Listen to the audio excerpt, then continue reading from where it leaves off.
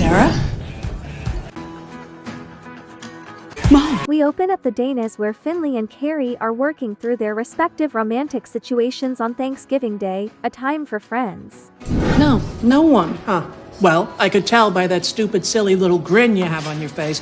Then Misty shows up because somehow she's gotten Carrie on board for Thanksgiving tradition, which is waking up incredibly early and running down the street for 5,000 miles. Aggressive turkey. Hey, Buck. So glad you made it. Yeah, I wouldn't miss the turkey truck. In the back room, Tess has decided to store her dead mother alongside the high-shelf liquor. What is that? Is that Tess? Is that her? Yeah.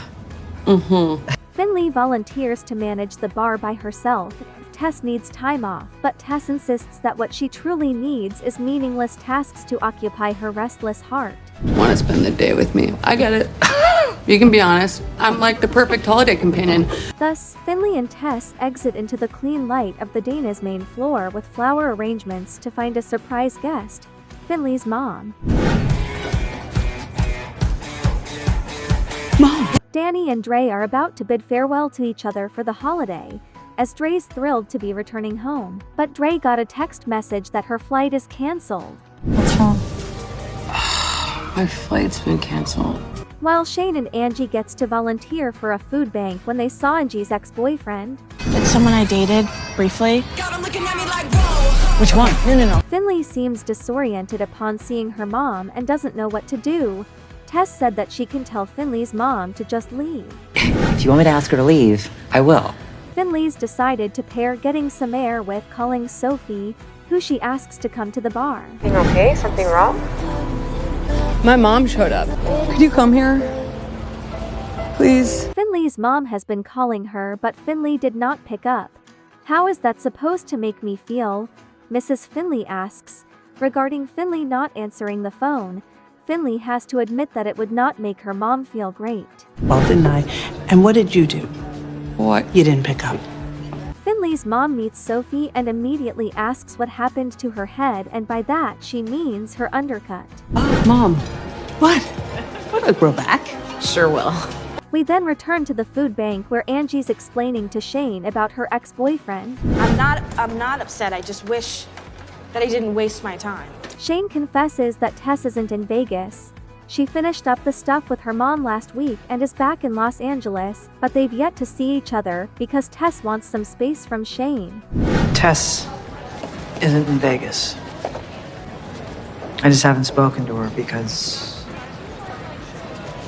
she needs space from me, which I understand. In the back room of the bar, Finley assembles her support team, her boss Tess and her ex-girlfriend Sophie. Finley says her mom always does this, finds the perfect thing to say to make Finley spin out. I think this might not be the right time. Okay, this could be very healing for you. Right. Back at the Thanksgiving charity situation, Shane's doing her lesbian uncle duty, escorting Angie off the premises to avoid an encounter with her professor who she's definitely going to be encountering in class next week. Can I steal one of those? They're for charity. Danny remembers lovely little Thanksgivings she had with her mom who could cook. Dre says her family Thanksgivings were actually quite loud. Thanksgivings, but they were so lovely. Mrs. Finley is one of those moms who believes it is uncouth to express emotions while also constantly subjecting her family to irrational, overly emotional behavior. So she cuts Finley off, insisting they need not get all emotional now. Me, your whole life, Sarah. What is the point of apologizing for one thing when she just can't remember all the others, huh? And it is at this moment that Dre and Danny arrive and are met with the sound of silence. Dre leans into Danny. Okay, so this is actually pretty quiet. Happy Thanksgiving. Okay, so this is actually pretty quiet. Angie and Shane are heading into the parking garage when Angie spots her ex-boyfriend's car. Then she saw her chapbook at the back seat. Angie threw a rock at the car's back seat window and got her chapbook back. Hey, do you want his parking pass? No. Sophie and Finley are communicating like they used to when they were people who believed in each other and saw each other and said so, often, and then they kiss. Little shits, I knew you guys were sexting. Hey, What's wrong, Finley? Tess ambles over with enormous turkey and then she trips and falls and drops a whole entire turkey on Mrs. Finley. It breaks the mood because now everybody's laughing, including Finley, and Carrie tells Mrs. Finley that it's time for her to go. You know what? I think it's time for you to go. Then everything gets pretty sweet because all of these people, some of whom are not big Finley fans, come together at Carrie's urging to give Finley a giant group hug. Sure? All right, back away slow. Back at Carrie's house, Finley apologizes for lying about sexting Sophie. Carrie says she gets it.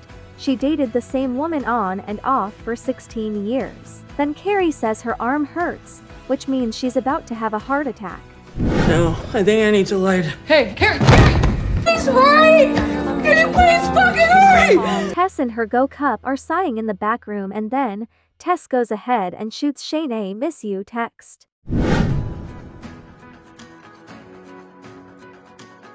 More queer content? Then please subscribe and hit the notification bell.